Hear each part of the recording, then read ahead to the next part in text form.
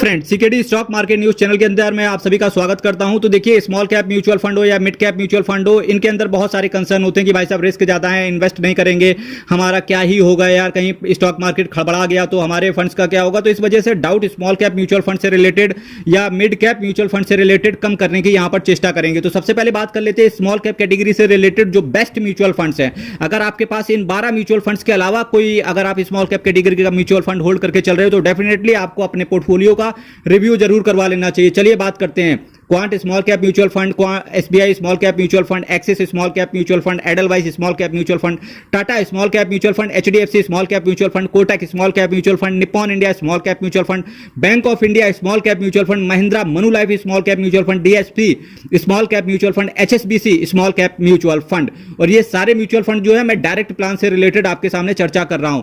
मेरे भाई, अगर कोई ये कहता है कि भाई साहब स्मॉल कैप फंड्स जीरो हो जाएंगे तो डेफिनेटली ये बात बिल्कुल गलत है और ये मिथ है। बस स्मॉल कैप में इन्वेस्टमेंट आप तभी करें जब आप मिनिमम 15 साल तक होल्ड कर पाएं।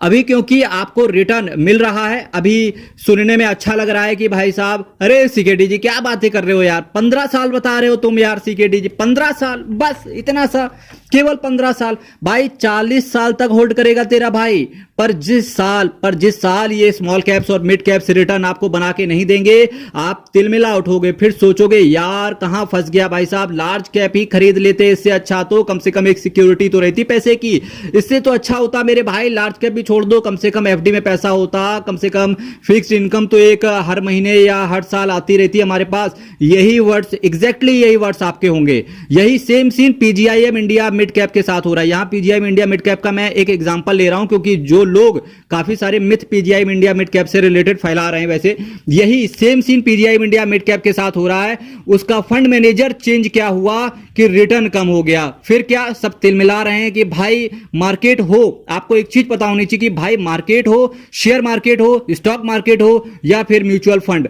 इनको गिरने के लिए मेरे भाई केवल एक बहाना चाहिए। अब ये बहाना आइदर आपको फंड मैनेजर के चेंज होने की वजह से मिलेगा, या एक्सपेंस रेशियो कम ज्यादा होगा या फ्लक्चुएट होगा, एक्सटर्नल एनवायरनमेंट खराब होगा या पॉलिटिकल कॉन्फ्लिक्ट पैदा होंगे। बस एक चीज परमानेंट रहनी चाहिए जो कि है आपकी एसआईपी के अंदर कंसिस्टेंसी।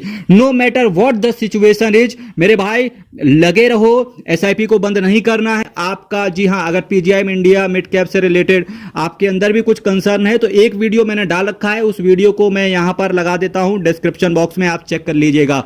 मेरे भाई चैनल को सब्सक्राइब कीजिएगा, वीडियो को शेयर कीजिएगा। कल फिर आपके साथ मिलेंगे same time same channel, but कुछ नए म्यूचुअल फंड्स के साथ। हर हर महादेव, आयप्पा शरणम, हरि शरणम। बहुत बहुत धन्यवाद।